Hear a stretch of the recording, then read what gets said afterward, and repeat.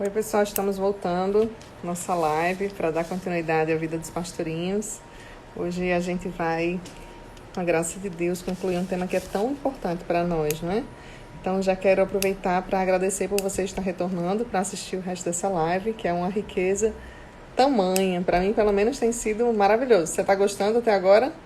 Sinaliza aí se você está crescendo com esse testemunho tão bonito dos nossos queridíssimos santos, não é? Que tem realmente nos engrandecido a cada dia com seus testemunhos. Vou convidar aqui o Joaquim para ele retornar, para a gente poder dar continuidade ao nosso tema. Certo? Quero aproveitar para acolher as pessoas que estão aqui já entrando, se quiser já ir compartilhando.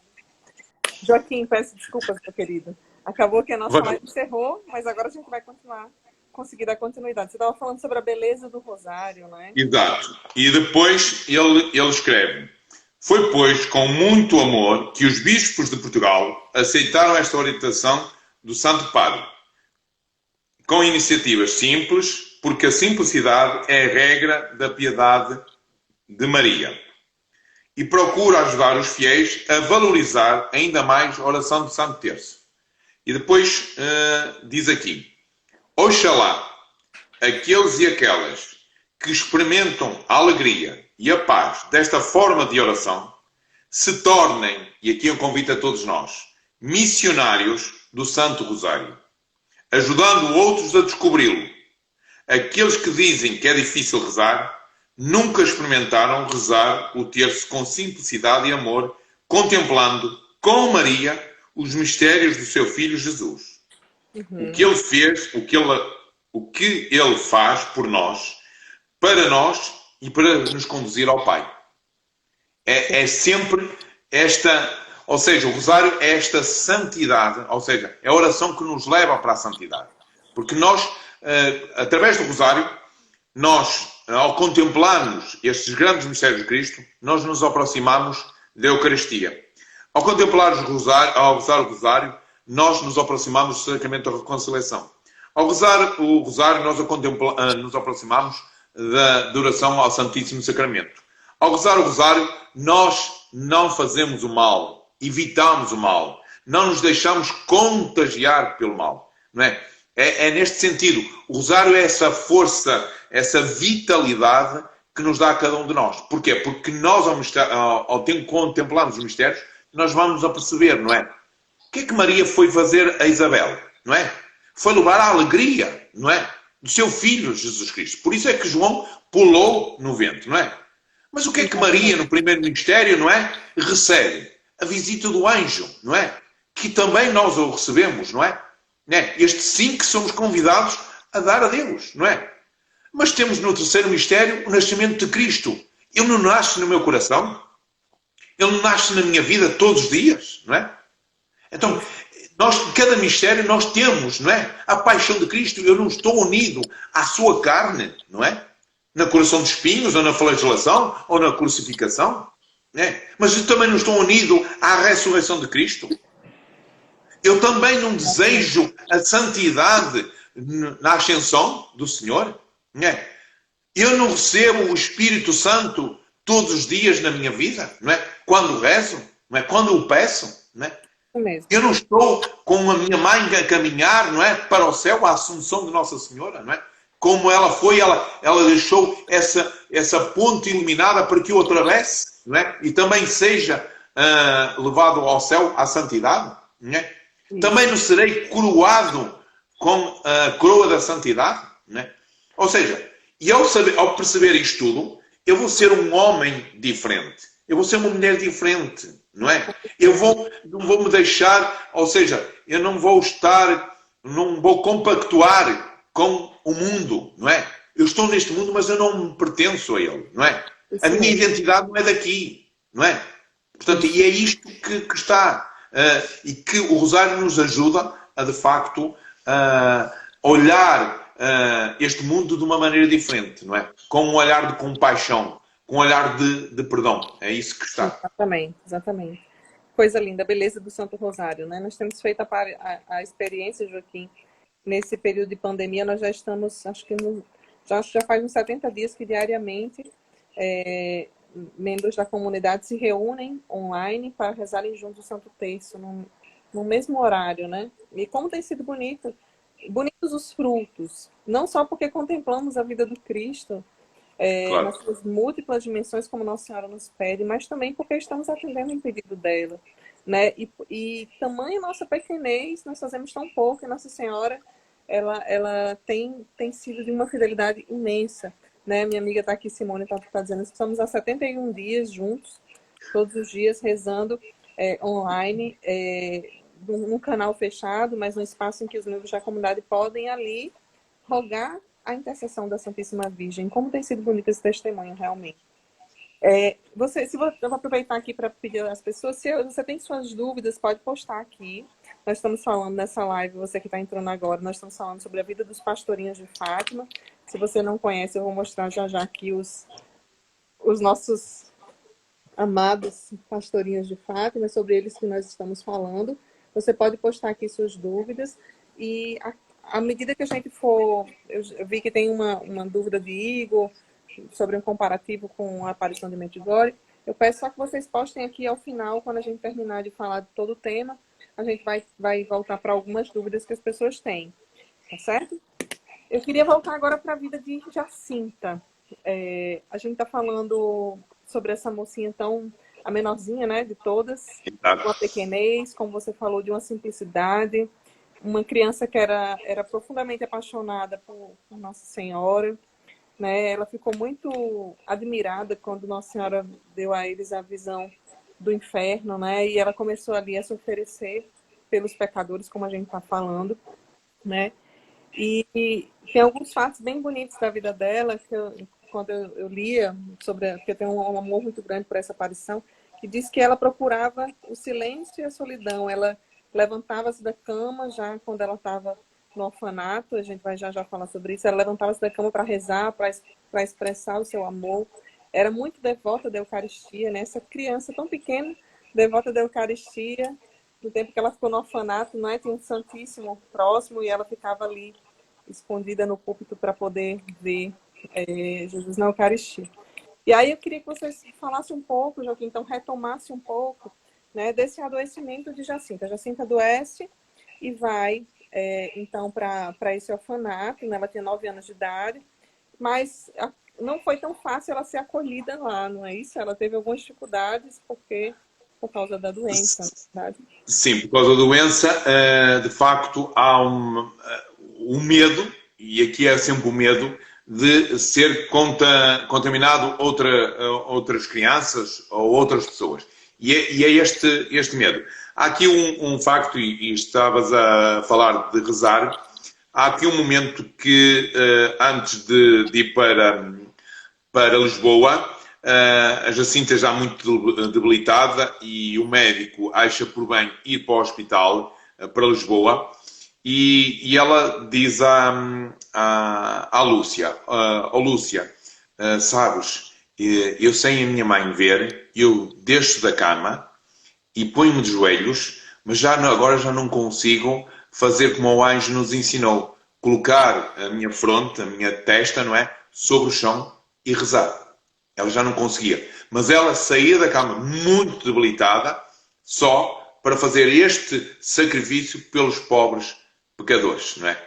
E vê-se que ela ali tem uma certa dificuldade, de facto, ali, e é Madre Godinho que percebe naquela criança que é uma criança diferente. E conversava muito, não é? Como é que ela sabia que, por exemplo, a guerra ia acabar, ou que tinha acabado?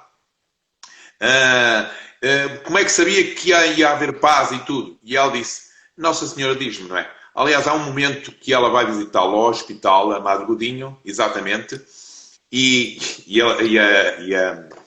lá, quando nós estamos cheios de Deus, não é? Nós temos esta atitude firme, não é? E que não é uma atitude que às vezes nós olhamos, e aqui às vezes alguns sacerdotes são firmes e nós o sacerdote está mal encarado e tudo. Não, é a força interior que estão neles, não é? E que a maneira de falar deles é de uma convicção tão reta que falam que nós que às vezes não estamos tanto cheios dessa graça de Deus, interpretamos sempre ficamos logo melindrados. E a Madre Godinha não ficou melindrada, nem outras pessoas. E há tal cadeira que há um bocado a Catilce mostrou do hospital, ela ficou na cama 38, e há uma cadeira que estava lá que Nossa Senhora visitava a pequena Jacinta, não é? E essa cadeira estava lá. E uma vez a Madre Godinho ia sentar nessa cadeira e a própria Jacinta disse: não se senta aí, porque aí é lugar de Nossa Senhora. Mas com esta convicção, com esta firmeza. Portanto, aquela cadeira, e está hoje em exposição lá em Lisboa, no Hospital Dona Estefânia, sua cama, a cadeira, onde Nossa Senhora se sentava para conversar com a pequena Jacinta. E disse-lhe que, de facto, ela, quando estivesse para ir para o céu, queria ficar sem dores. Por isso, o padre, um jovem padre, muito ligado à Eucaristia, sim, mas que naquele momento ele apenas a confessou, mas não lhe deu a comunhão. Disse que no outro dia viria, mas que ela estava muito bem e que não, portanto, estava mais para ir embora do que morrer. E ela disse-lhe que amanhã seria tarde. Não por estas palavras, mas que amanhã iria para o céu. E, de facto, morre nesse dia. Morre nesse mesmo dia. Diz que hoje ia para o céu e morre nesse mesmo dia, à noite, às 22h30. Portanto, serenamente, apenas estava uma enfermeira de longe e percebeu o último suspiro da pequena Jacinta. Portanto, vemos como, segundo os relatos de quem viu o corpo, diz que quando o corpo foi aberto, o caixão foi aberto e o corpo estava intacto, ela estava rosada. Ou seja, não estava pálida, não era uma cor de quem morreu, mas era uma cor de quem estava viva. Aliás, a própria Lúcia, quando viu a fotografia, diz que a vontade dela era rasgar aquele véu e ver completamente todo o corpo, não é? Porque parecia que estava viva a sua prima. E as pessoas que tiraram as fotografias e que estiveram próximos também têm esse testemunho, que parece uma pessoa que está ali rosada, parece que está viva, não é? Portanto, vemos todos esses pequenos detalhes, não é? É neste sentido que está, não é? O milagre, por exemplo, da beatificação em 2000, portanto, o milagre aconteceu em 1987. Exato, em 87 que aconteceu o milagre. Era uma senhora que estava, foi aqui em Leiria, era uma senhora que estava paralítica há 22 anos, numa cadeira de rodas. E estava-se a pedir as orações para a beatificação. E essa senhora resolve fazer uma novena. Eu cheguei a conhecê-la com o Padre Conder, na altura. Estava a fazer uma novena à Jacinta e ao Francisco, não é? Mais até à Jacinta, como ela diz, a Dona Emília, que já faleceu. E então estava a fazer essa novena e estava no penúltimo dia. E nessa altura ela estava a rezar a novena e diz para ela, portanto, no momento de oração, diz: ó Jacinta, já estou quase no último dia, só amanhã é o último dia e ainda não vejo sinal nenhum, não é? Então, como quem diz, faz qualquer coisa. E é nesse preciso momento que começa a sentir um formigueiro nos pés. Um formigueiro tão forte, tão forte, tão forte, tão forte, não é? Começa a sentir qualquer coisa nas pernas, não é? E ela toca nas pernas e sente musculação, sente firmeza nas pernas e levanta-se e começa a andar. Portanto, há 22 anos estava paralítica e os médicos dizem que não sabem o que é. E é a partir daí que depois entra todo o processo e que dá a sua beatificação. Já a canonização é de um nosso irmão brasileiro, Joinville, não é? Acho que é a cidade de Joinville, se não estou em erro, que é um miúdo que cai de salvo erro, de um terceiro andar, ou um terceiro ou um quarto andar, perde a massa encefálica, não é? Vai para o hospital e é mãe, portanto, a avó, portanto, mãe do pai, que pede às carmelitas, não é? Da região daí para rezar. Foi na altura que estavam a rezar o terço das 18h30. E então resolveram pedir ao Francisco e a Jacinta, porque eram crianças, que salvasse aquela criança, não é? Daqueles pais, para a honra e glória de Deus e também para a sua canonização. E assim foi. No dia seguinte, o médico chegou lá e o miúdo estava sentado a dizer que tinha fome, e eles ficaram abismados, não é? Ele até pensava que ia encontrar a criança morta. Também estive aqui com eles em Fátima, estiveram na canonização e deram algumas conferências de imprensa, não é? E o miúdo já com alguma idade, portanto já tinha passado, acho que 3 ou 4 anos, 3 anos, acho que era 3 anos que já tinha passado dessa graça, portanto, nesse sentido. Bem.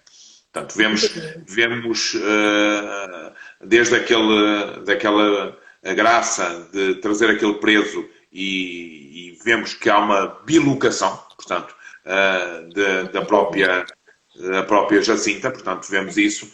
E fora as graças todas que há testemunhos, há dezenas e dezenas de livros na documentação crítica desses testemunhos que falaram que morreram com fama de santidade. Exatamente.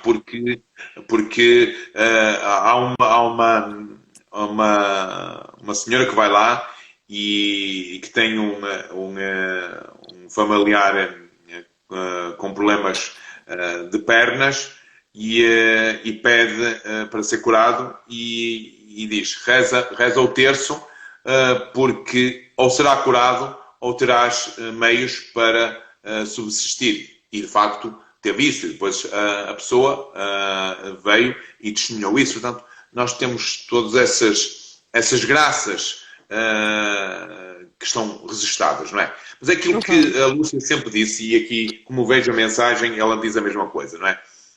Que não é tanto os milagres que Nossa Senhora fez, de cura de alguns doentes, trazer paz para algumas famílias, de ajudar a parte financeira de outras, mas que o mais importante, de facto, é a salvação dos homens.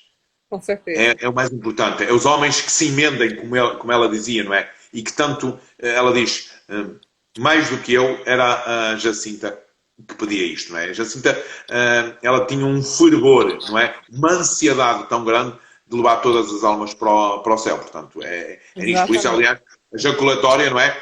Ao meu Jesus, perdoai-nos e livrai-nos do fogo do inferno, levai as almas todas para o céu, principalmente as que mais precisarem. Portanto, é neste sentido que se dá, não é? Exatamente. Joaquim, tem 2 fatos que me chamaram bastante atenção nesse período que Jacinta ficou no orfanato, né? Um deles é o fato de ela sentir muita saudade da família, mas ela já saber, através de Nossa Senhora tinha revelado a ela que ela não regressaria a Fátima, né? Inclusive a mãe dela precisou retornar, ela foi, né, para Lisboa, depois a mãe precisou retornar e ela ficou sozinha de fato. E Nossa Senhora tinha revelado a ela que ela passaria por 2 hospitais, e de fato ela passou pelo Hospital de Orem, né, e pelo Hospital Exato. de Lisboa, e que no segundo ela iria para o céu. Então esse é um fato que chama muita atenção, da tamanha intimidade que ela tinha com Nossa Senhora, como você mesmo falou, né, de sentar na cadeira, de conversar, de ouvir, né, como alguém que está enfermo, longe da família, que tem um amor tão terno por Nossa Senhora que jamais ficaria sozinho num instante como esse. Esse é um primeiro fato. O outro é o fato desse amor dela por Jesus, né? Tem até um trecho, uma frase dela, como você até mencionou no início da nossa live, ela diz assim, se eu pudesse meter no coração de toda a gente o lume, né, o fogo que eu tenho cá dentro do peito, a queimar-me e a fazer-me gostar tanto do coração de Jesus e de Maria. Então esse é um aspecto bonito que a gente tem que realmente se espelhar. E por fim, no orfanato ainda, um outro aspecto que me chama a atenção era a questão das visitas, né? Nesse orfanato, que ela disse que incomodavam muito porque as pessoas ficavam rindo na capela, não era, Joaquim? E ela dizia que Nossa Senhora não gostava, não quer que as pessoas fiquem falando na igreja. Era esse aspecto, e o aspecto também, quando descobriram que ela estava lá, também queriam fazer muitas perguntas. E ela, muito cansada, não é? Mas ela diz, eu faço tudo, e sorria e respondia por causa de oferecer pela conversão dos pobres pecadores, não é? Nesse sentido, de facto, ela tomou muito aquilo que Nosso Senhor diz. Não ofendeis mais a Nosso Senhor Jesus Cristo, que está muito ofendido pelos outrais, pelos sacrilégos, pelas indiferenças que fazem. E este ruído na capela, ela, de facto, assimilou isso que Nosso Senhor tinha dito. Então, Nosso Senhor que está ali, não é? E este cuscobilhar, estas fofocas, como vocês dizem no Brasil, que muitas vezes as pessoas iam para a igreja e começavam a avisar, mas depois estavam a comentar umas com as outras, isto ou aquilo, a Jacinta está cá, está doente, não está doente, como é que vai ser, como é que não vai ser, já tomaste banho, já dormiste, já te penteaste, quer dizer, estas coisas que muitas vezes nós falamos na igreja, quer dizer, perdemos o sentido do sacro, o sentido daquele lugar que é sagrado, aquele lugar que é santo. Perdemos sentido, não é? Mesmo aqui no santuário, muitas vezes nós vemos, temos placas por todo o lado, a dizer, não tirem fotografias em grupo, haja muito silêncio, e as pessoas perdem a noção do lugar que estão, não é? Porque estão muito mais viradas, às vezes, para uma boa fotografia, ou para uma fotografia de grupo, ou para alguns pequenos fenómenos, e não para aquilo que é o essencial, não é? E que é o silêncio. Ou seja, nós nos encontramos, e aqui não é só a mensagem de Fátima, as Sagradas Escrituras nos ensinam isso. Nós nos encontramos com o Senhor no silêncio.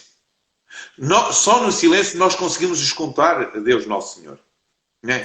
Ele não está no barulho. Nós vemos isto em Elias, não é? Que estava à espera da manifestação enorme no tremor de terra, nos ventos, nas tempestades, e o Senhor é na brisa leve, não é? Que ele aparece, não é? É sempre neste silêncio que está. Por isso o Francisco, não é? Ele fugia dos barulhos. Ou se escondia por trás das árvores, ou em cima das árvores, ou nos rochedos, que há aqui muitos, não é? Sempre para estar no silêncio, ou seja, na intimidade, escutar Deus, não é? E ser escutado por Deus.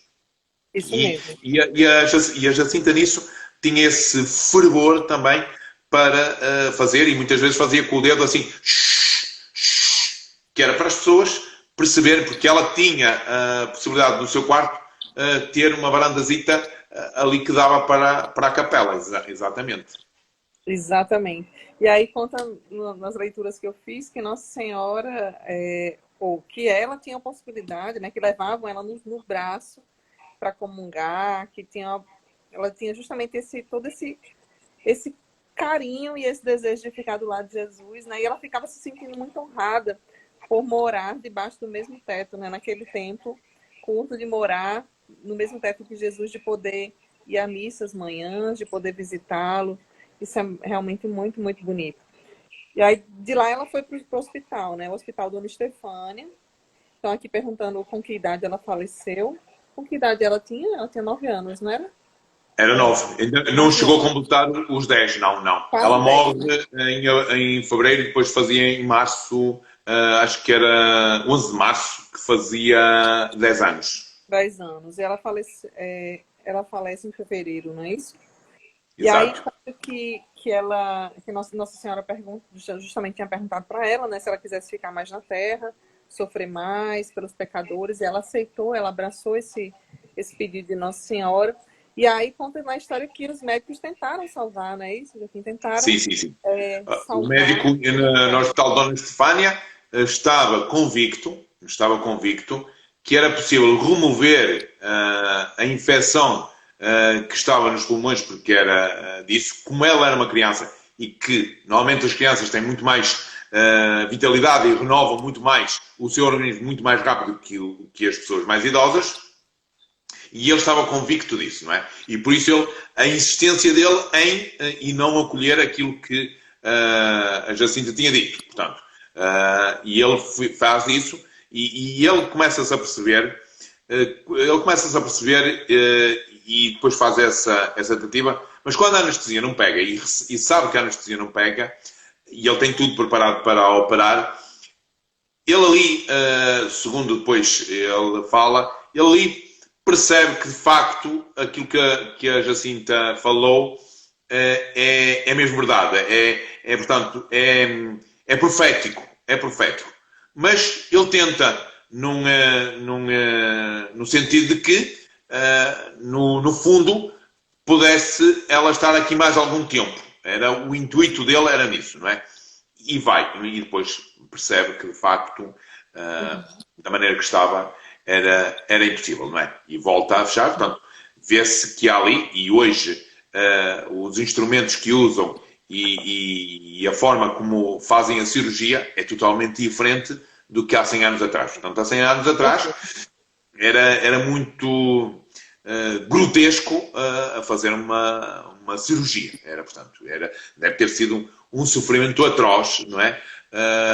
Que penso que muitos poucos são capazes de conseguir aguentar, não é? Sem gemer, porque diz o médico, durante o tempo de operação, o gemido que fez, oh Jesus, oh Nossa Senhora, só o que ela disse. Portanto, nunca dói-me aqui, estás-me a magoar, não aguento mais, nada disso falou diante da operação, sim. Ela ofereceu tudo pelos pecadores, né? Por amor, né? Pela reparação. Ofereceu por mim. Ofereceu por mim. Ou por nós.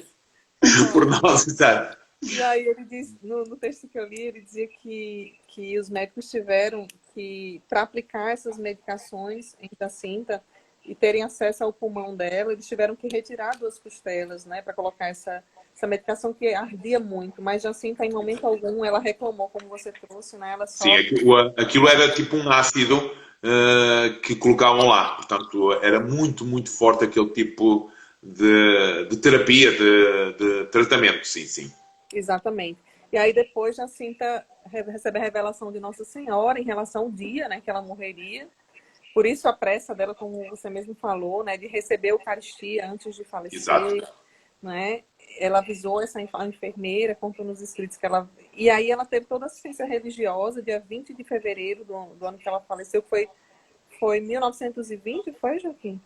Foi em 1920, sim. 1920. Nós estamos a celebrar agora o seu centenário da sua morte. O ano passado foi do Francisco, este ano é da Jacinta. É Jacinta, perfeito. E aí ela pediu para se confessar, né, para receber esses últimos sacramentos, ela foi atendida, e só o padre que realmente não deu a comunhão, já era sim, tarde, o padre confessou-a, viu a vitalidade que ela tinha, mas Nosso Senhor tinha prometido que ela ficaria sem dores no dia que ela fosse para o céu, ficaria sem dores, não é? Para estar tranquila, ou seja, e que de facto, mais do que merecedora, a Jacinta era isso, e o céu sabe, não é? E então a Jacinta estava bem, não é? Portanto, estava feliz porque ia para o céu. Ela não estava feliz porque não estava sem dores. O problema é que às vezes a nossa interpretação ela vai no sentido sempre contrário. É que, e já ouvi até alguns comentários, ela estava feliz porque estava sem dor. Mentira, não é nada disso. Ela estava feliz porque ela sabia que ia para o céu naquele dia. E estava ansiosa, não é? De ir com Nossa Senhora para o céu. Portanto, era um desejo, quando nós temos um desejo qualquer de visitar isto ou comer isto, que temos aquela ansiedade, nunca mais chega um momento. Era assim que a Jacinta estava, não é? Portanto, ela não se preocupou em chamar a mãe, chamar o pai, chamar os irmãos, chamar... Nada. Portanto, ela podia dizer, olha, comunica aos meus pais que eu hoje vou morrer. Portanto, olha, que venham o mais rapidamente possível, não é? Se é possível chegar aqui. Nada. Portanto, já sabe, ela confiou aquela frase que Nosso Senhor disse aos 3. O meu Imaculado Coração será o caminho e o refúgio que vos conduzirá até Deus. Portanto, é aqui. Portanto, se é o caminho e o refúgio, os meus pais também terão esse refúgio, essa consolação. Nosso Senhor, porquê? Porque através dos pastorinhos eles também começaram a seguir as pisadas, não é? Da mensagem de Fátima, não é? Portanto, nós vemos também essa mudança também na família de parte a parte, não é? O próprio tio João, não é? Como eu falei a semana passada, o irmão de do Francisco, não é? Que morre 15 dias antes da beatificação, e todos nós suspeitamos que seria a ansiedade. Portanto, é neste sentido que está. E o padre, ao ver aquilo e ver a confissão que a menina fez, não é? Disse ao Jacinta, não, hoje, porque não era muito comum, não é? Hoje nem sempre é assim, porque eles não fazem isso se não houver indícios que a pessoa esteja bastante mal para partir. Naquele tempo, muito menos, que não tinham um conhecimento teológico que hoje nós temos. E o padre, pronto, também novo e talvez por alguma falta de alguma experiência, ele diz, pronto, eu amanhã venho cá trazer. E ela diz, amanhã, quase como eu diria hoje, amanhã será tarde, padre, mas tudo bem, o senhor, eu obedeço, não é? Mas amanhã será tarde. E ela disse que hoje ia partir para o céu. Né? E ele, claro que não coisa. Claro que depois há aquele momento que eu digo, tenho compaixão, não é? Daquele padre, porque, como eu uma vez disse, eu não queria estar na sua pele, não. Porque é algo que eu disse, eu recusei, não é? Eu estive, ou seja, eu fui Deus, não é? Né? Naquele momento. Eu quis ser Deus naquele momento. Eu tomei uma decisão, ou seja, eu não acreditei no céu, não acreditei no céu. Portanto, é nisto. É claro que aqui o padre se arrependeu, deve ter pedido perdão e oferecido muito pela conversão dos pobres pecadores, mas é, de facto, um choque muito violento, não é?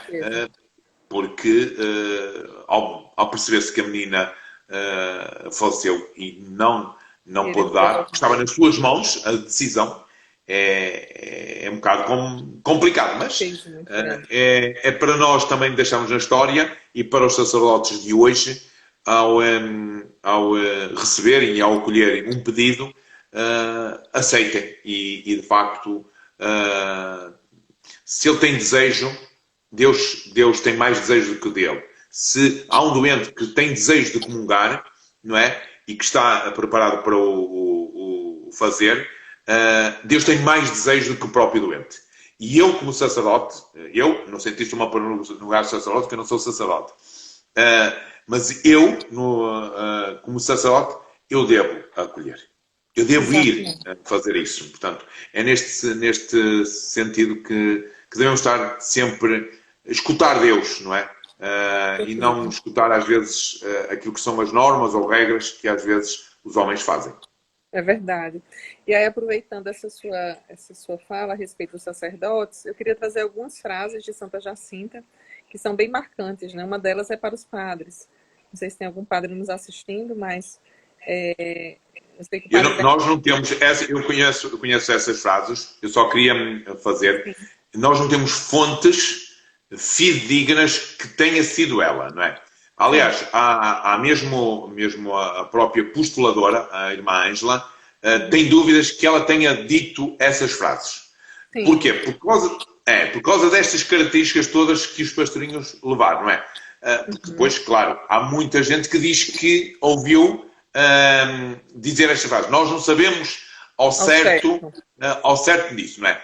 São frases um bocadinho fortes, nisso, mas nós não temos certeza. Como percebem, quando há fontes fidedignas, não tenho medo de agir. Estas eu não tenho certeza, não é? Nós podemos partilhá-las, não é? Mas não podemos afirmar com toda certeza, né? Com toda certeza, ser da boca dos pastorinhos.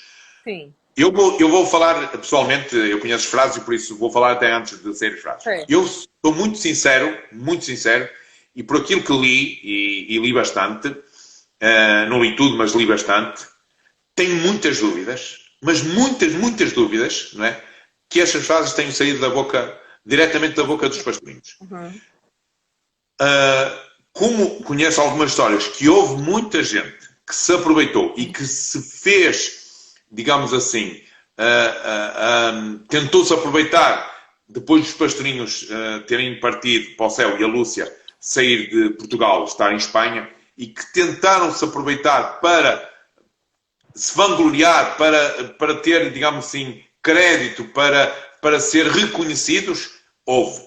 Houve muita gente que se tentou aproveitar. E por isso nós temos estas dúvidas. Porque lemos, e acredito, porque a Lúcia nunca o escreveu, né? Nas 4 memórias que fez, Lúcia nunca o escreveu.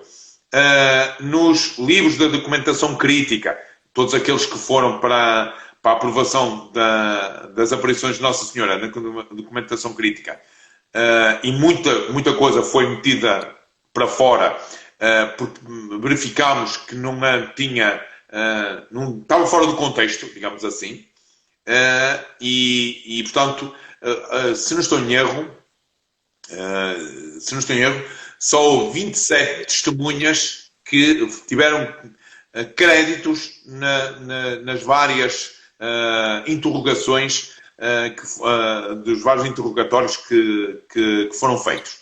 Acho que 27. Houve muita gente, mas aqueles é que de facto apresentaram credibilidade nisso. Por isso é que eu tenho dúvidas. Podemos, se a Catiúcia quiser falar, não tem problema nenhum, mas é como, por exemplo, as frases de Medjugorje, que muitas vezes chegavam e que não saíam da boca de Nossa Senhora, nem saíam daqueles dos videntes, não é? E que também falavam muito contra os sacerdotes, que Nossa Senhora falava contra os sacerdotes. Eu, muito sinceramente, não acredito. Não acredito de maneira nenhuma. O sacerdote pode ser o pior sacerdote. Mas o céu é puro. Nossa Senhora é pura. E Nossa Senhora não vai falar isso. Não é? Verdade. Como eu, às vezes, em Medjugorje, ouvi algumas frases que eram ditas que é Nossa Senhora, não é? Que os sacerdotes estavam a afastar o povo de Deus, os sacerdotes eram instrumentos do demónio e que não eram mais os sacerdotes que levavam as pessoas para Deus, dispersavam o rebanho do Senhor. A palavra é esta, dispersavam o rebanho.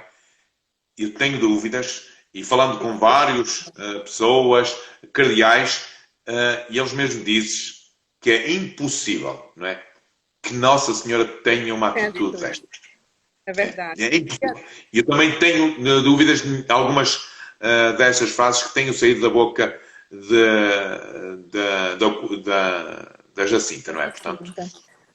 E só aproveitando essa sua colocação sobre Medjugorje, Igor, ele fez uma pergunta aqui no nosso chat, perguntando se você percebe alguma semelhança entre a aparição do Medjugorje e a aparição de Fátima, Joaquim. Você percebe alguma? Elas são muito parecidas.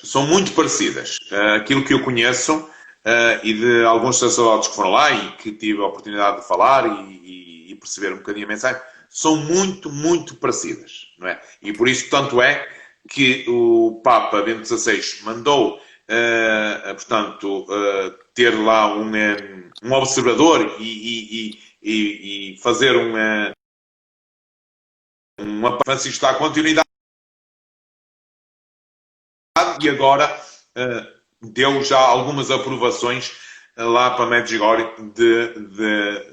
de crédito de algumas coisas. Nós sabemos, como tudo, e que, como há bocadinho eu estava a dizer, há muita gente que depois se aproveita destas situações, não é? E que depois dificulta muitas vezes filtrar aquilo que é o certo e aquilo que não é o correto. Em Medjugorje, por causa destas situações todas, que também, algumas coisas que se passaram lá, também dificultou muitas vezes a própria Igreja poder se pronunciar, porque não tinha fundamentos, factos, não é?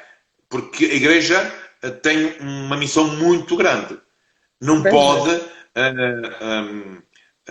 ou seja, não pode deixar que os seus filhos andem perdidos ou enganados.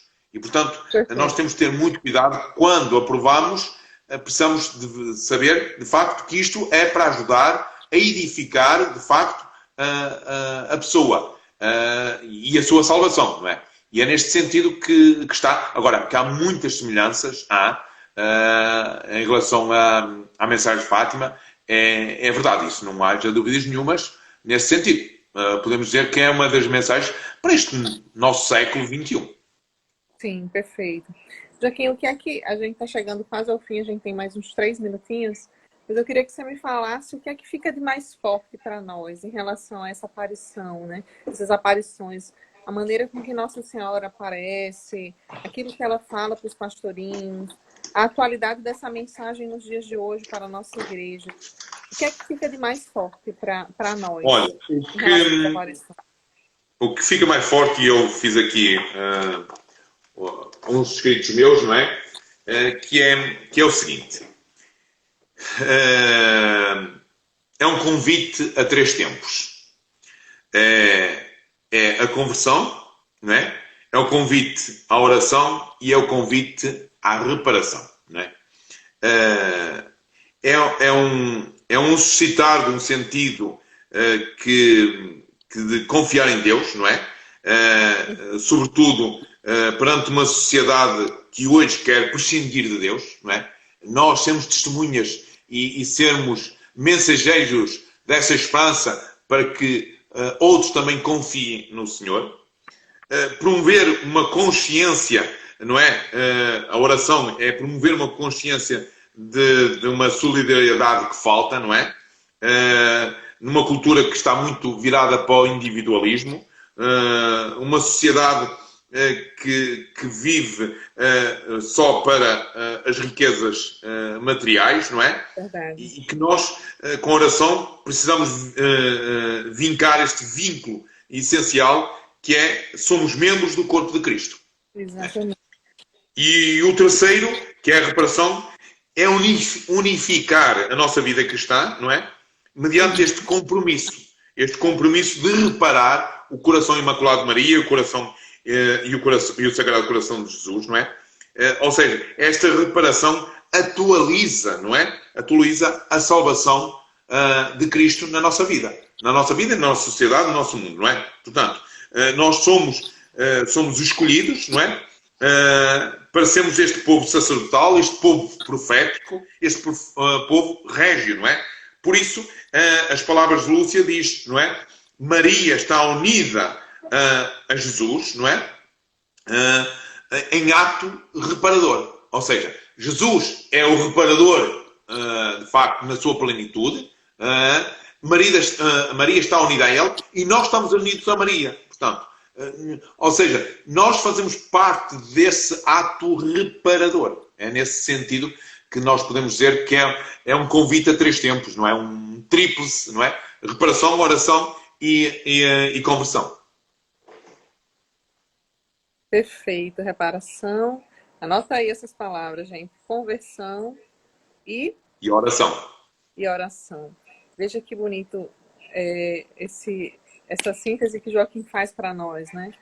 O testemunho desses pequenos, dessas crianças tão simples, tão humildes, né? Eu tive a graça de estar lá e Joaquim mora lá em Fátima, né? Ele tem sempre a oportunidade de ver.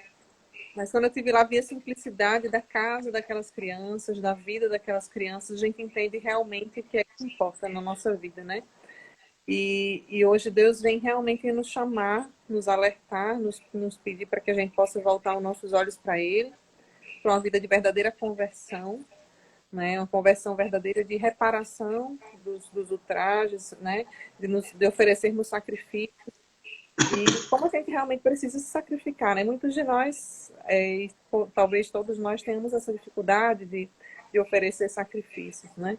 Às vezes adiar um pouco o horário de uma refeição, às vezes deixar de fazer alguma coisa, talvez para se sacrificar ali pela conversão. São tantas coisas que Deus foi suscitando no coração daquelas crianças e que Ele pode também suscitar no nosso coração.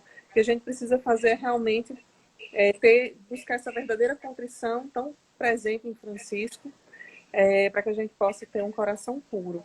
E assim, é uma riqueza muito grande a gente olhar para a vida dos pastorinhos e a gente se espelhar na pequenez dessas crianças, na simplicidade, no desejo de uma vida de oração, não é?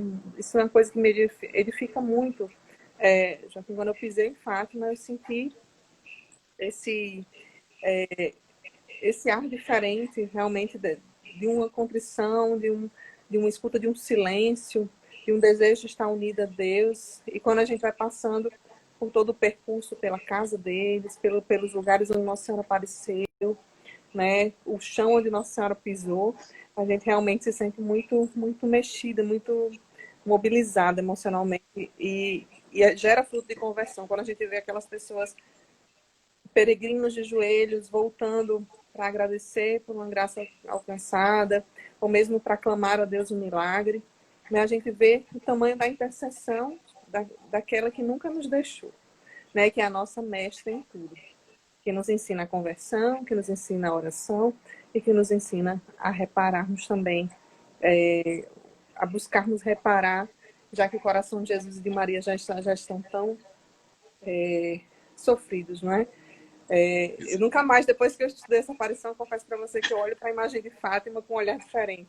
Quando eu olho para esse olhinho, para esse olhar entristecido de Nossa Senhora pedindo reparação, é algo que mexe particularmente comigo, meu irmão.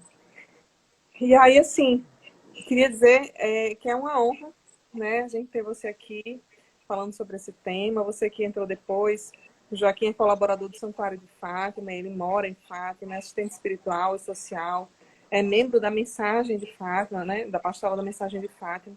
E para a gente é muito bonito, Joaquim, tem alguém com tamanho conhecimento, mas acima de tudo, uma coisa que a gente consegue ver, né, é o tamanho amor com que você tem por aquilo que você faz enquanto missão. Então, quero dizer para você que eu me sinto lisonjeada, realmente, de estar com você. Não só eu, várias pessoas estão falando aqui no nosso bate-papo, né?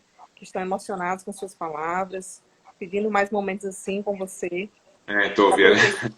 Já aproveito para dizer, Joaquim, já até falei com você muito rapidamente sobre isso, mas há um desejo da nossa comunidade no próximo ano de trazermos você para aqui, para o Rio Grande do Norte, para Natal, para nossa cidade, para fazermos um final de semana mariano sobre as aparições.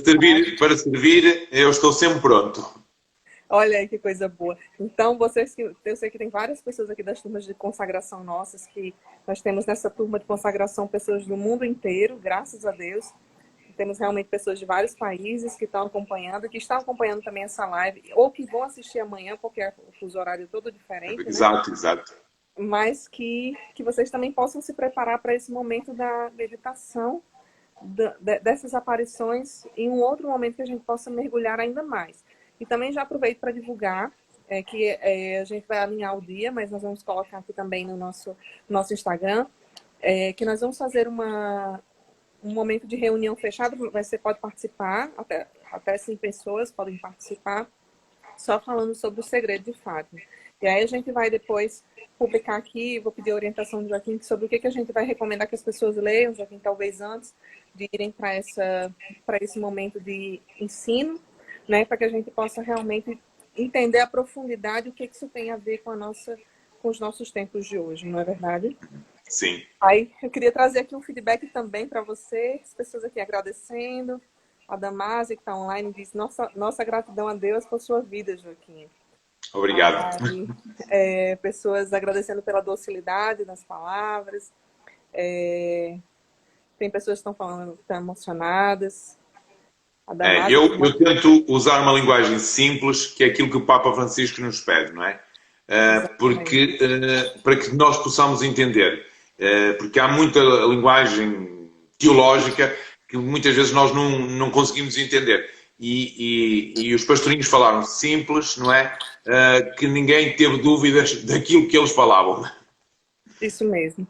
Então, deixo aberto esse espaço para que você possa fazer as suas palavras finais hoje, né? A gente vai ter um outro encontro, estou reforçando isso, mas que você possa fazer um encerramento, então, da nossa live de hoje, falando aquilo que você quiser falar, meu irmão, o espaço é seu. Olha, queria trazer aqui uma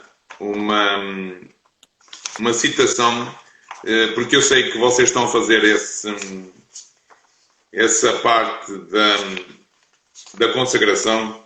Sim. E então eu queria trazer Karl Rahner, que diz assim: a consagração é exatamente a tentação séria, meditada e concentrada de realizar um momento da eternidade no nosso tempo, com um ato de amor, não é pronunciar uma forma, mas um pronunciamento de si mesmo. Um pronunciamento que quer ser total e definitivo no coração de Deus e no coração de Maria. Esta, e vocês estão a falar porque São Luís Maria Monforte, podemos dizer que ele representa o ápice da devoção a Maria, não é? E podemos dizer que com a ideia dele, não é, da consagração, ele atingiu esta expressão perfeita, que é a partir dele que de facto começam a nascer as várias consagrações. Portanto, e vocês foram verdadeiramente à fonte. Quando eu soube, fiquei muito feliz, não é? Porque esta maneira de consagração de São Luís Maria Monforte é uma consagração cristocêntrica, não é? É no coração de Maria, mas para Cristo. E ele frisa isso muito bem. E Karl Rahner vai, que é dos nossos tempos, fazer isto que acho fantástico. E eu guardei aqui, que é este momento de eternidade no nosso tempo. É tão profundo. Ou seja, eu a fazer a consagração, não é? Eu estou a viver a eternidade neste tempo já, no meu tempo, neste tempo que estou a viver, não é? Ou seja, eu já estou no céu vivendo aqui, não é? É fantástico isto, é algo tão profundo que Deus nos dá, é uma dádiva tão grande, não é? Que nós muitas vezes não nos apercebemos do ato que estamos a realizar, do nosso sim, que não é só um pronunciamento, não é? É algo mais, não é? Ou seja, nós estamos a trazer a eternidade que é este tempo, é esta terra, não é? Para que depois ela aconteça definitivamente com o nosso encontro definitivo com Deus. Mas é bonito este pensamento, esta meditação do Karl Rahner, não é? E podemos dizer que São Maria Luís de Monforte, ele diz que a consagração leva-nos a imitar Jesus na sua submissão, como foi Maria na missão de Cristo, não é? Depois, principalmente, depois da sua ressurreição. Submissão não é estar submissos, mas é estar sobre a mesma missão, não é? Com o mesmo horizonte, com o mesmo objetivo, com os mesmos planos, com os mesmos desejos. É isto que deixo, não é? E vocês estando a preparar para isso, é um serviço que fazem como discípulos, como apóstolos dessa missão que Deus quer instaurar nesta terra, não é?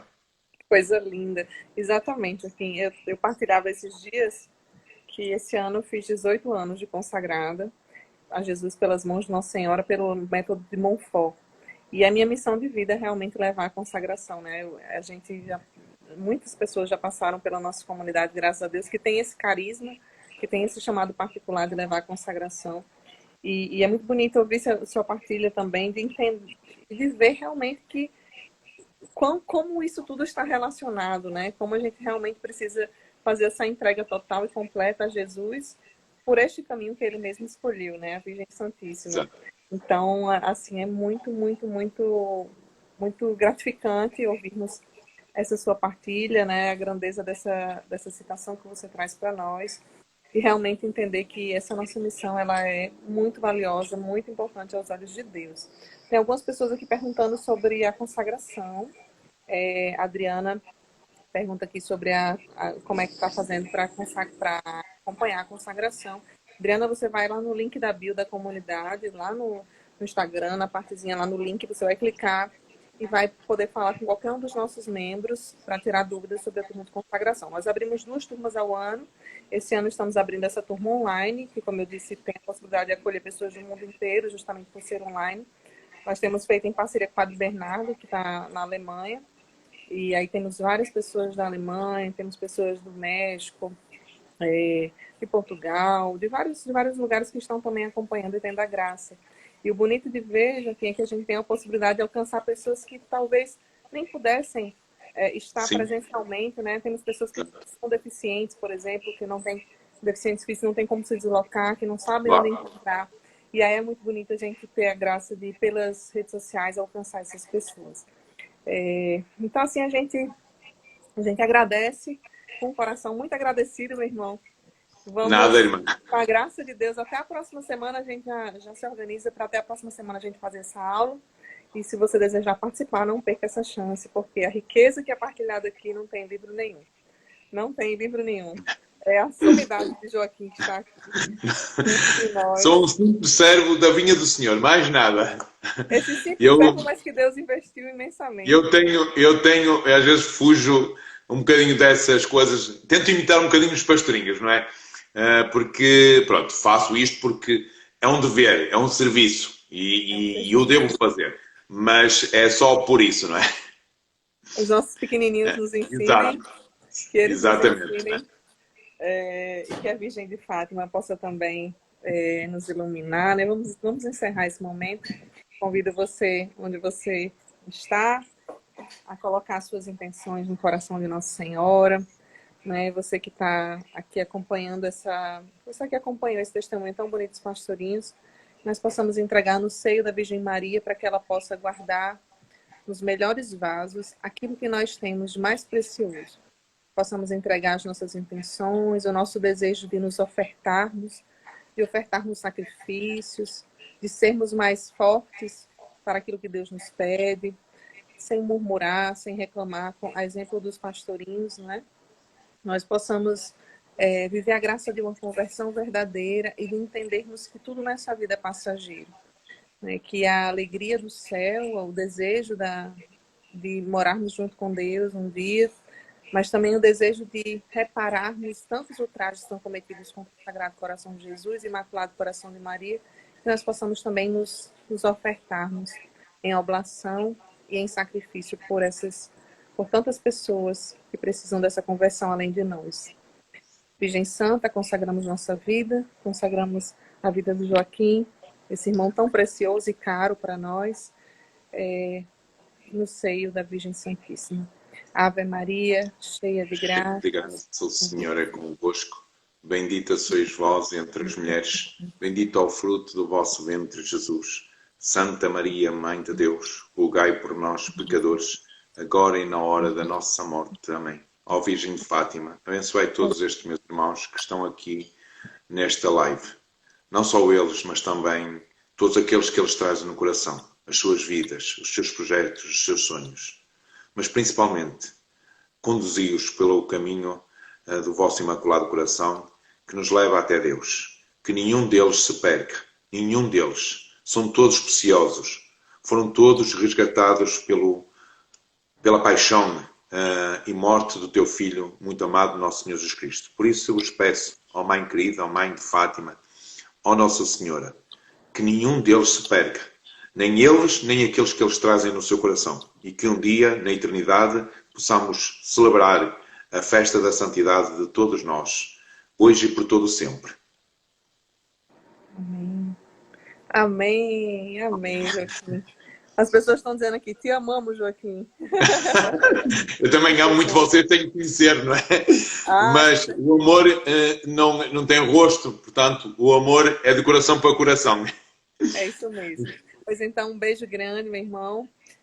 Com a graça de Deus, nos encontramos ainda essa semana, até o início da próxima. E sim, também sim. vamos nos encontrar no Brasil no próximo ano, com a graça de Deus. Se Deus quiser. Está certo, irmã. Um beijo grande. Um abraço muito grande a todos vós. Aqui na live. Amém, obrigado. Você que acompanhou. Deus abençoe. E amém. acesse nossas redes para não perder o que a gente está fazendo. Deus amém, abençoe. obrigado. Tchau. Deus, querido. Deus abençoe. Amém.